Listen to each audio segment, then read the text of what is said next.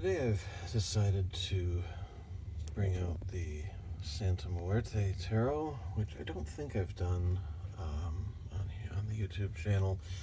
If I have before, it's only been once or twice. And today I really want to look at two ways of doing a reading with three cards. Very commonly, we've got the past, present, future, which has a lot of useful applications. But I also want to look at a physical, mental, and spiritual depiction context.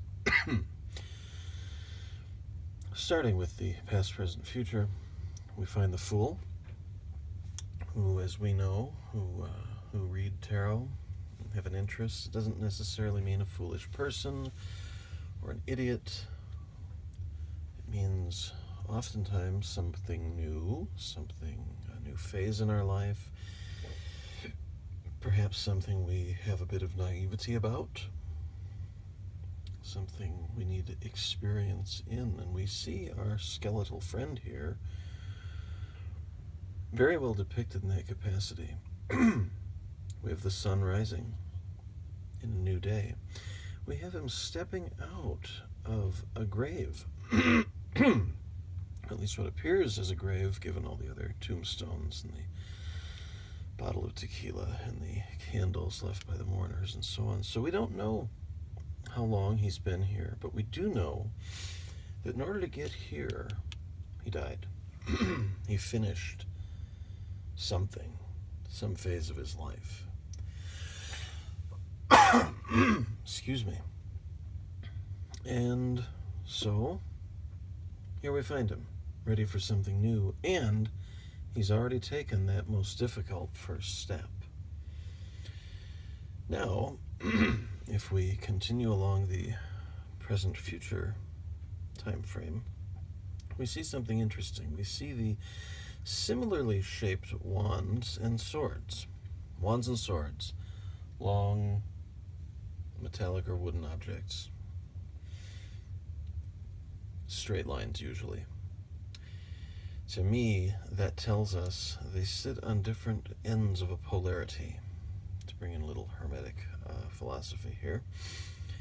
And as such, they don't need to oppose or act in conflict with one another, but one can lead to the other.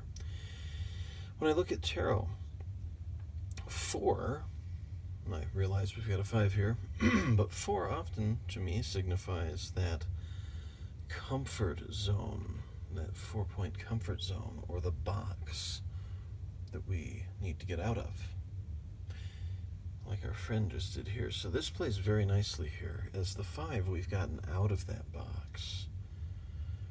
We've started to expand, maybe into something a little less comfortable, but a whole lot more rewarding and fulfilling. But in the future, we've got some balancing going on. Maybe this goes a little farther than we need it to, or than it should at the moment, and we have to rein that in with the 9 of Swords. Sometimes we need to analyze things. But don't let it go too far, because we don't want to stifle or kill the creativity. Nor do we want the creativity to completely obliterate the analytical or the reason. These work better together, not as one or the other. Now, if we want to look at this as physical, mental, spiritual, we find ourselves at the beginning of a physical journey, perhaps travel, or maybe something a little more long-term oriented. Maybe we've started a new health regimen that involves diet and exercise. We find ourselves at the beginning. Remember that. Good for the heart, too, come to think of it. But remember that we find ourselves at the beginning of this process. And as such, we can't get too hard on ourselves. Don't sabotage yourself. If in the first week you have a donut that someone offered you at the office, you may not even think about it. You may just react because force of habit, right? Halfway through, or maybe even an hour later, you realize, oh damn, I shouldn't have done that. That screws my plan up for the day. Now you've got two choices. You can abandon and sabotage the plan for the rest of the day, saying I screwed it up. Party time, pizza time, Subway time, cheesecake time. Or you can count it as a lesson, not a failure, but a successful learning experience in self-awareness, and go on with the rest of the day as planned. Physical wellness helps with mental wellness. And here we find ourselves already prepared to take flight into something new, to perhaps a new study, a new hobby, a new interest, a new mental wellness program or exercise. Maybe we find ourselves ready to not turn our back on our past, but look to something new and take off. We just need that little push to do it. So do it. And apparently it'll involve something creative. So maybe you've wanted to start painting or composing music or writing. Maybe you've got some lectures you want to deliver at the local library.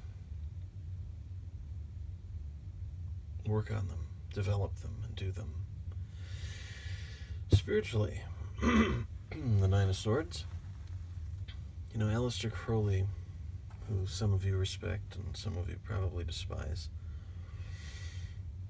called this card cruelty.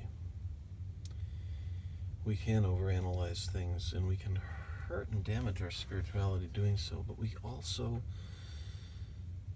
may find ourselves at an impasse where we've considered our doctrine, our dogma, our spiritual upbringing, and realize the time has come for something new, a new understanding or a new experience altogether.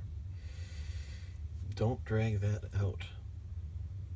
You've made the realization, you understand why. Don't trap yourself.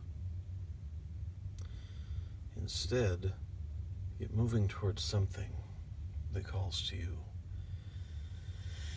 It calls for a reason, and you should want to know why. It's been fun to look at two different ways that we can interpret the same cards, and they really weren't that different, just a different focus on some pretty strong principles.